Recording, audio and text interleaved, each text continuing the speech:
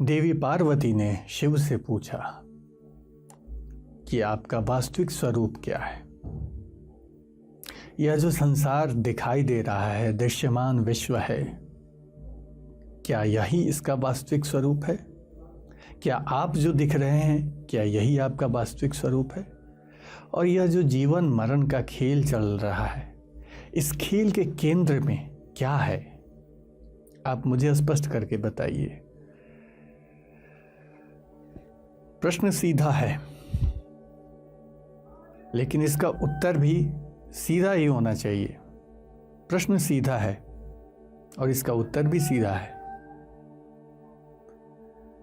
देवी पार्वती ने जो प्रश्न किया है वो विज्ञान भैरव तंत्र के मात्र 5 श्लोकों में है।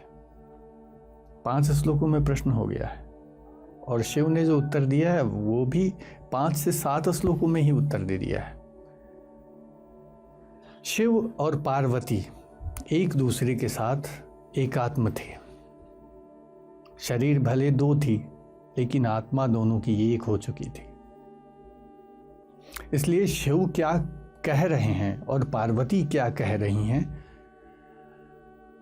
उनके संवाद को वे लोग ज़्यादा बढ़िया से कम शब्दों में समझ सकते थे। लेकिन हम ना शिव की स्थिति में हैं और ना ही देवी पार्वती की स्थिति में हैं। ना ही हमारे जीवन में ऐसी अवस्था आई है जहाँ पे हम शिव जैसे उपलब्ध हुए हों और पार्वती जैसे उपलब्ध हुए हों। इसलिए हमें समझने में बहुत परेशानी खड़ी होगी। तो उसको स्पष्ट करने के लिए थोड़ा सा प्रयास मेरा भी रहेगा। शिव ने देवी पार्वती ने पूछा कि इस संसार का केंद्र बिंदु क्या है? ये जो समस्त दृश्यमान विश्व है, इसके केंद्र में क्या है? ये जो जीवन और मरण का खेल चल रहा है, उसके केंद्र में क्या है? और आपका जो ये स्वरूप है, क्या यही आपका वास्तविक स्वरूप है? जो संसार देखती है, 3 आंखों वाली, जटाएं बड़ी हुई, दिगंबर, कोई भी कपड़ा शरीर पे नहीं है, शरीर पे सांप बिच्छू लौट रहे हैं, हाथ में त्रिशूल लिए हुए हैं, ये इसका क्या यही आपका वास्तविक स्वरूप है? आज हम चर्चा करेंगे केवल शिव के इस स्वरूप के विषय में। संसार के केंद्र के विषय में हम फिर कभी चर्चा कर लेंगे। तो शिव ने देवी पार्वती को उत्तर दिया कि तुमने जो प्रश्न किया है ये बड़ा ही गोपनीय प्रश्न है। ये सबको नहीं बताया जा सकता, और सबको बताया भी जाए तो सबको समझ में आने वाला नहीं है।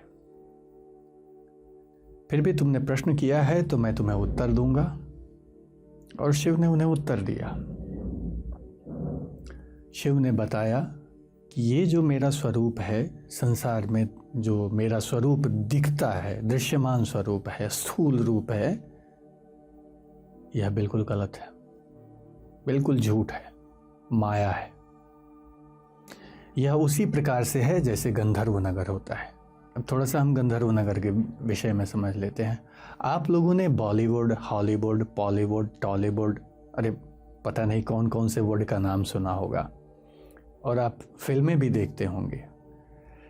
प्राचीन काल में भी वैसी ही फिल्में चलती थी, लेकिन उसका तकनीक और तरीका अलग हुआ करता था। उस समय इलेक्ट्रॉनिक उपकरण नहीं थे। उस समय के लोगों ने अलग तरह के विज्ञान को डेवलप किया था और वो फिल्म देखते थे। उन फिल्मों को गंधर्व नगर कहा जाता था और उसमें काम करने वाले कलाकारों को गंधर्व कहा जाता था। आपने प्राचीन ग्रंथों में पढ़ा भी होगा कि गंधर्व गायन का काम करते थे, गाते बजाते थे, नाचते थे, संगीत नृत्य कला से जुड़े हुए लोगों को गंधर्व कहा जाता था। तो गंधर्व नगर यानी फिल्मों जैसा ये जो मेरा स्वरूप है, ये फिल्मों जैसा है। और ये केवल शिव के लिए एप्लीकेबल नहीं है, ये हम सभी के लिए एप्लीकेबल है, ये मेरे लिए भी एप्लीकेबल है। मेरा जो ये स्वरूप दिखता है, कोट पैंट, ये मेरा वास्तविक स्वरूप नहीं है, ये बस आवरण है। मेरे वास्तविक स्वरूप के ऊपर मैंने एक आवरण लगा रखा है, अपने वास्तविक स्वरूप को ढक रखा है। क्यों ढक रखा है? कैसे ढक रखा है, कैसे रखा है ये देख रहे हैं। क्यों ढक रखा है इसके पीछे जाने की आवश्यकता नहीं है। आपने भी अपना स्वरूप ढका है। आप भी अगर अपने आप पे गौर करेंगे तो आपको पता चल जाएगा कि हमने इस स्वरूप को क्यों ढका है। वैसे शिव ने भी ढका है। तो शिव ने कहा कि मेरा जो स्वरूप दिखता है वो वास्तविक नहीं है, वो बिल्कुल इंद्रजाल की तरह है, इंद्रजालिक है। इंद्रजाल समझते हैं? मैजिक, जादू। जादू वादू कुछ होता नहीं है, बस हाथ की सफाई, कुछ ऐसी विधाएं जिसे दुनिया नहीं जानती हैं, कुछ ऐसे टेक्निक्स जिसे दुनिया नहीं जानती हैं, सभी लोग नहीं जानते, कुछ एक लोग जानते हैं, और उन टेक्निक्स के आधार पे लोगों को अचंभित करने के लिए जो कारनामे दिखाए जाते हैं वही जादू है। तो शिव ने कहा कि ये जादू की तरह है, अंदर कुछ और टेक्निक है लेकिन बाहर कुछ और दिख रहा है। ये गंधर्व नगर की तरह है। एक फिल्म के प्रोडक्शन में आप जानते होइएगा 1-1 साल, 2-2 साल, 5-5 साल समय लग जाता है। उसके पीछे क्या टेक्निक है, लेकिन आप 3 घंटे में पूरी फिल्म देख लेते हैं। वैसे ही शिव ने कहा कि मेरा ये जो स्वरूप है ये उसी की तरह है। हाँ, लेकिन इसका 2 लाभ है। एक लाभ कि जो लोग संसार में भ्रम में अपना जीवन जी रहे हैं, कंफ्यूज्ड हैं, कंफ्यूजन में अपना जीवन जी रहे हैं, जिनको कोई विकल्प नहीं मिल रहा है, उनके लिए यह एक विकल्प है। मेरे इस स्वरूप को देख करके सत्य और असत्य का भेद कोई भी कंफ्यूज्ड पर्सन कर सकता है, जीवन के सच्चाई को जान सकता है। उसके लिए ये स्वरूप है। भला जीवन की सच्चाई को शिव के स्वरूप को देख करके कोई कैसे जान सकता है? अब एक छोटा सा एग्जाम्पल देता हूं। मान लीजिए कि व्लादिमीर पुतिन, रूस के राष्ट्रपति, जिनके पास तकरीबन 13,000 परमाणु मिसाइलों का बटन है, उसके जैसा आदमी अगर श्मशान में रहे, जटाएं बढ़ा करके रहे, कोई साज श्रृंगार पे अपना ध्यान न दे और बिल्कुल एक साधारण सामान्य से व्यक्ति जैसा जीवन जिए, सामान्य से भी सामान्य की तरह जीवन जिए, एकदम भिखारी की तरह जीवन जिए, और अपने देश में घूम घूम करके भिक्षाटन करके अपना पेट पाले, तो ऐसे व्यक्ति को आप क्या कहेंगे?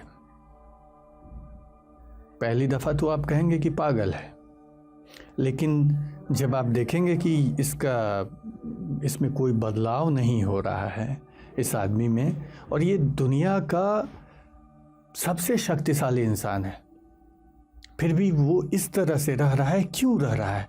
तो आपके मन में जो अपने जीवन के प्रति कन्फ्यूज़न है, उसके लिए वो आदमी एक आइडियल बन जाएगा। इसीलिए शिव कह रहे हैं, शिव को शक्ति का स्वामी कहा जाता है, वो शक्तिपति है। समस्त ब्रह्मांड के शक्ति को स्वयं में समेटा हुआ व्यक्ति नंग धड़ंग श्मशान में चिता का भस्म लगाए हुए, जटाएं बिखरी हुई, उस प्रकार रह रहा है। तो ये जो सांसारिक लोग, और एक मज़े की बात यह है कि पुतिन से हमने शिव की चर्चा की। पुतिन तो मर जाने वाले हैं, एक समय आएगा उनकी आयु समाप्त होगी, मर जाएगी, लेकिन यहाँ शिव के साथ वैसा नहीं है। शिव का जीवन अमर जीवन है, शाश्वत जीवन है, फिर भी वो ऐसे रह रहे हैं।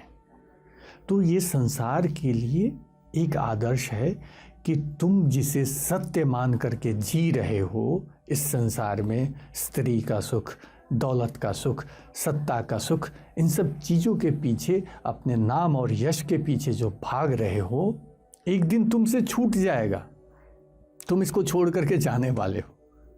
लेकिन उसे जरा देखो जो सबका मालिक है, उसे इसमें कोई आसक्ति नहीं है। तो फिर ये तुम्हारी आसक्ति, तुम्हारे क्षणभंगुर जीवन में ये आसक्ति तुम्हें सुख कैसे दे सकता है? जो सबका मालिक है वो सब कुछ त्याग करके और आनंद पूर्वक मस्ती से अपना जीवन जी रहा है, और तुम्हारे पास एक अल्प समय, एक टाइम बाउंड लाइफ मिला है। उस टाइम बाउंडेशन के अंतर्गत तुम्हें सब कुछ करना है और तुम जो करने के लिए पैदा हुए हो वो तो कर नहीं रहे हो, ऊपर से इस संसार में जो माया है, जो भ्रम है, उसमें भ्रमित होकर के जीवन जी रहे हो और उसी भ्रम को सत्य मान करके तुम एक दूसरे से लड़ रहे हो, एक दूसरे का गला काट रहे हो, एक दूसरे को कष्ट पहुंचा रहे हो। ये कहाँ तक ठीक है? इसके लिए शिव का वो स्वरूप है। शिव ने इस चीज़ को स्पष्ट किया। फिर दूसरा बताया कि मेरा ये जो स्वरूप है ये ध्यानियों के लिए है। ये वैसे ध्यानियों के लिए है जिन ध्यानियों का ध्यान केंद्रित नहीं होता। अब इसके बहुत से मायने लोगों ने निकाले। कुछ लोगों ने कहा कि शिव का ध्यान करने से शांति मिलती है, ध्यान में एकाग्रता आती है, शिव के बाहरी स्वरूप का। उन्हें जानना चाहिए कि ध्यान एक ऐसी घटना है जो सिर्फ वर्तमान के साथ ही घटित हो सकती है। हमने आपको एक बार पहले भी बताया था कि हमारे संसार में हमारा जो भी गुरु है वो वास्तव में गुरु ना होकर के गुरु के साथ हमको जोड़ने वाला व्यक्ति है। गुरु समय होता है, गुरु काल है। और वो कौन सा काल? तो वर्तमान काल, नाउ। ये अभी का समय ही गुरु है।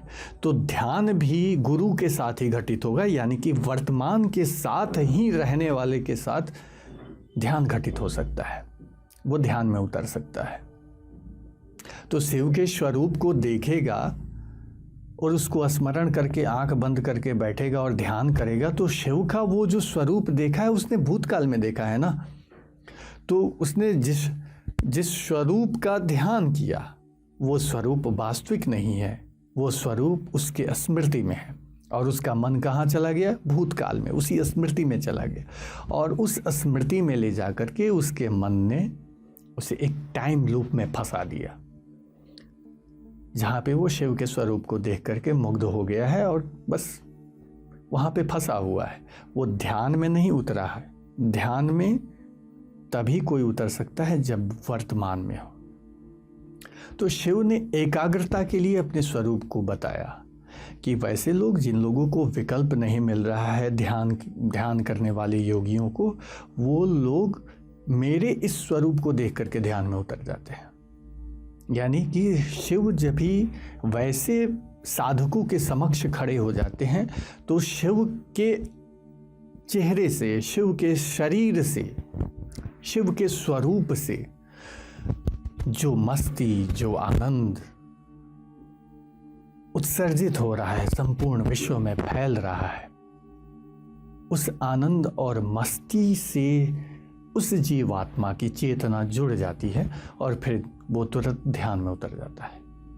और ध्यान में उतरने के बाद तो ये फिर वह स्वयं के स्वरूप को उपलब्ध हो जाता है, जिस स्वरूप की चर्चा शिव आगे करने वाले हैं। शिव ने अभी अपने स्थूल शरीर के बारे में बताया, अभी उन्होंने अपने दृश्यमान स्वरूप के बारे में बताया है। अभी शिव ने अपने वास्तविक स्वरूप के बारे में नहीं बताया है। शिव ने देवी पार्वती को जो उत्तर दिया है वो दृश्यमान स्वरूप के विषय में। अभी हम लोग इसी विषय पे रहते हैं। शिव को पता था कि शिव के नाम पे लोग जादूगरी करेंगे, कालाबाजारी करेंगे। शिव को पता था कि उनके स्वरूप, इस स्वरूप को लोग बनाएंगे, इस स्वरूप का स्वांग करेंगे और अपना उल्लू सीधा करेंगे। वो तो खुद भ्रमित हैं ही और दूसरे लोगों को भी भ्रमित करेंगे। इसलिए अपने स्वरूप के यथार्थ के बारे में शिव ने पार्वती को बता दिया। अब उस यथार्थ को जानने के बाद भी आज आप देखते होंगे बहुत से हजारों सालों से, अभी ही नहीं हजारों सालों से ये परंपरा चली आ रही है कि शिव का स्वरूप बना करके लोग इधर उधर घूमते मिल जाएंगे। और उनका एटीट्यूड देखिएगा तो ऐसा लगेगा कि जैसे साक्षात महादेव धरती पे उतर गए हैं। हालांकि वो एटीट्यूड शिव में नहीं है जो एटीट्यूड वो लोग दिखाते हैं।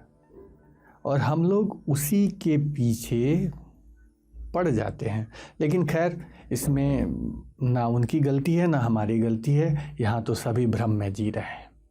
सत्य के साथ एकाकार होकर के जीने वाले को स्वरूप बनाने की आवश्यकता नहीं होती है, वह स्वयं ही शिव स्वरूप हो जाता है।